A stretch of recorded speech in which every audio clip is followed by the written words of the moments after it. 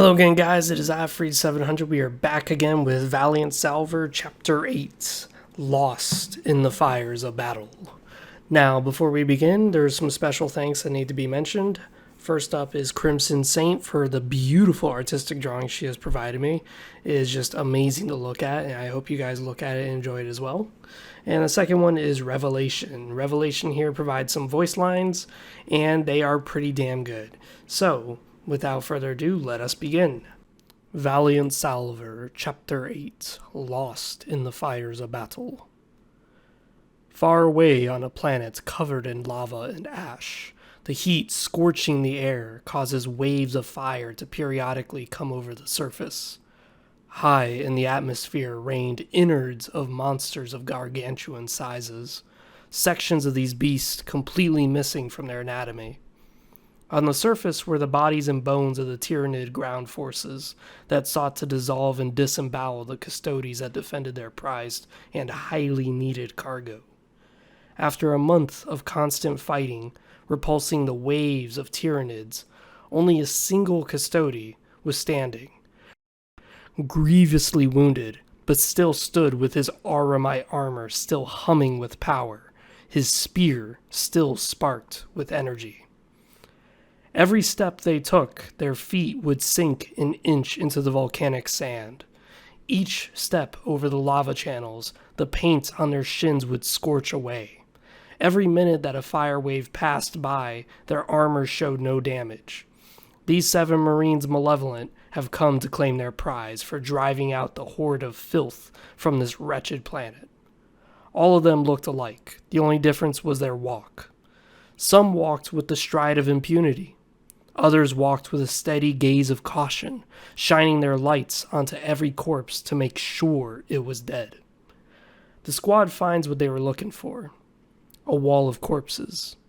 Every corpse at the bottom lacked skin, but the higher the wall, the more flesh was left, the more blood oozing out of the fresh top layer. The circle of bodies looked like a coliseum of war and its tragedies.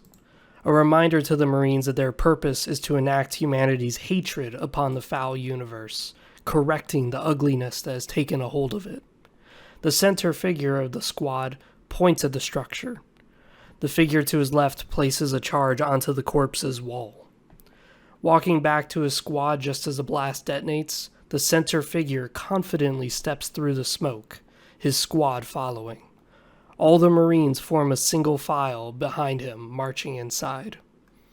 As the smoke clears, a single figure stands before them, his armor breached but still powered, his weapon held but not pointed. He was standing guard despite the relief that laid before him.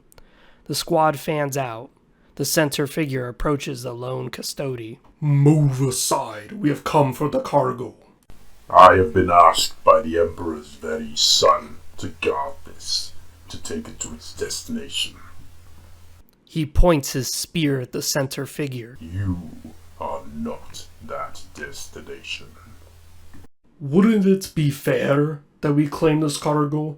After all, I don't see anyone else in the Imperium here saving you and the glorious Primaris tech you are holding.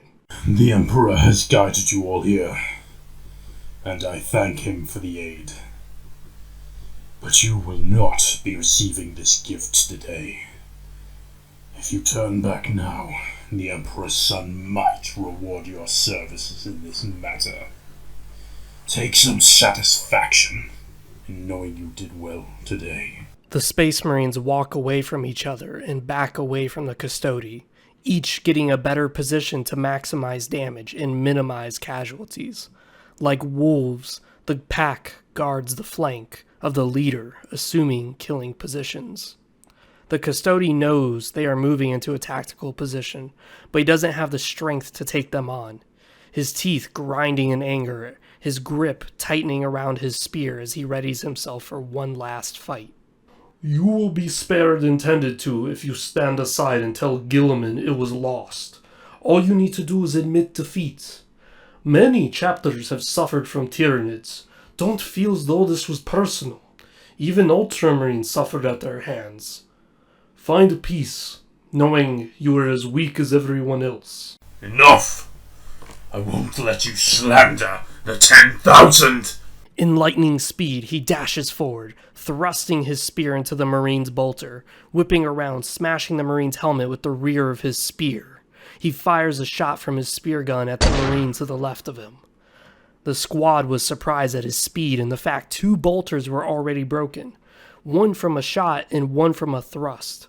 All the Marines opened fire, blasting his RMI into bits, shredding the blessed body into nothing but crimson and mush. What was left of the last survivor laid upon the volcanic soil. The other custody corpses, dismembered as they were, all gazed upon the center of the room. All corpses gazed at the cargo, as if making sure that their dying breath, their duty was still fulfilled. Instead, now their gazes laid upon the last custody, and his failure to maintain their duty. The Marines all gazed at one another, breathing hard in their fear of what they just witnessed. A wounded custody, who had grievous wounds that would put them all out of combat, was able to disarm 2 of them in the span of a second, their reactions too slow to stop this already crippled custody. The center figure picks up his ruined remains of his bolter, looking over it front to back, analyzing the damage.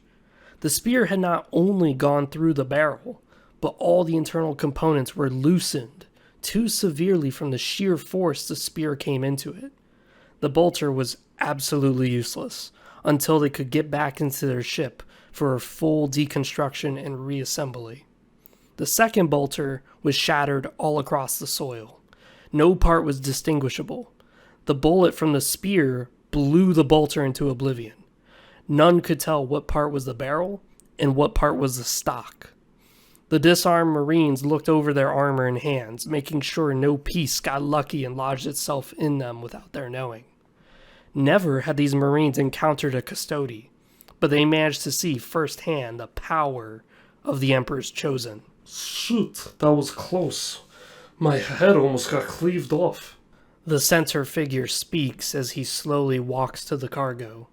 We need to extract this cargo and blow this area with an orbital bombardment to hide what has transpired here. He walks slowly to the cargo. The Primaris tech here would increase their strength immensely. Once secured, we can augment ourselves with this and take our rightful place at the top of our chapter. Just the 7 of us will be Primaris.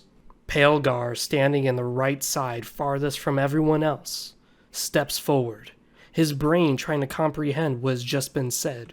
What? With this, we will live as gods amongst our own battle brothers. We will claim ownership of everything. The entire Imperium will be our servants. This is for the chapter, not for us.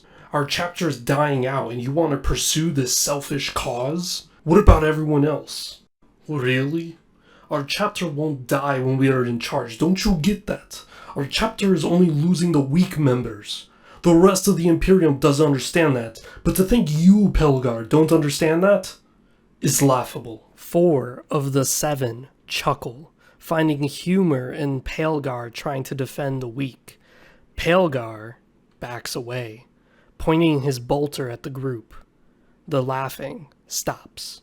We need to strengthen the chapter, not just us. This is the road to damnation. We've been on that road for a long time, but now we will be taking the reins, steering ourselves on a better path. Put down the bolter before we have more incidents today. You only care about yourself, as do most of us in this fucking chapter, but that changes now. Your self-serving attitude will cause our chapter to fall. Think about it, brothers. The enemies of the Imperium are getting stronger and stronger. Our allies, as weak as they are, refuse to aid us. Our own armories are depleted from the lack of friends and loss of brothers. We need to give this tech to the chapter, and that is the only way we can survive. A shot is fired. It blasts the Marine's head completely. Everyone turns and sees Palgar's speech has moved one of the Marines. Chaos ensues.